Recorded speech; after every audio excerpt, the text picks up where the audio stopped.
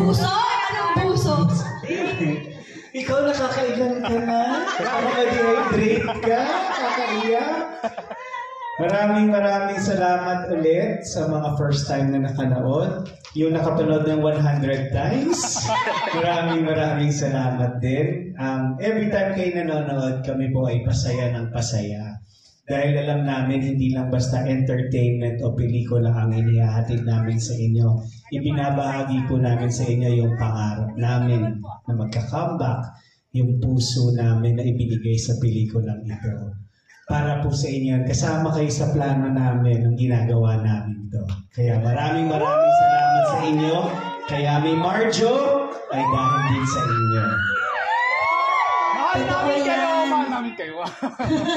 Kaya dream project para sa amin ni Marvin to kasi nga gusto namin, dream din namin na maibalik sa inyo yung pagmamahal na binigay niyo sa amin sa tagal ng ilang taon, di ba? Mula noon hanggang ngayon.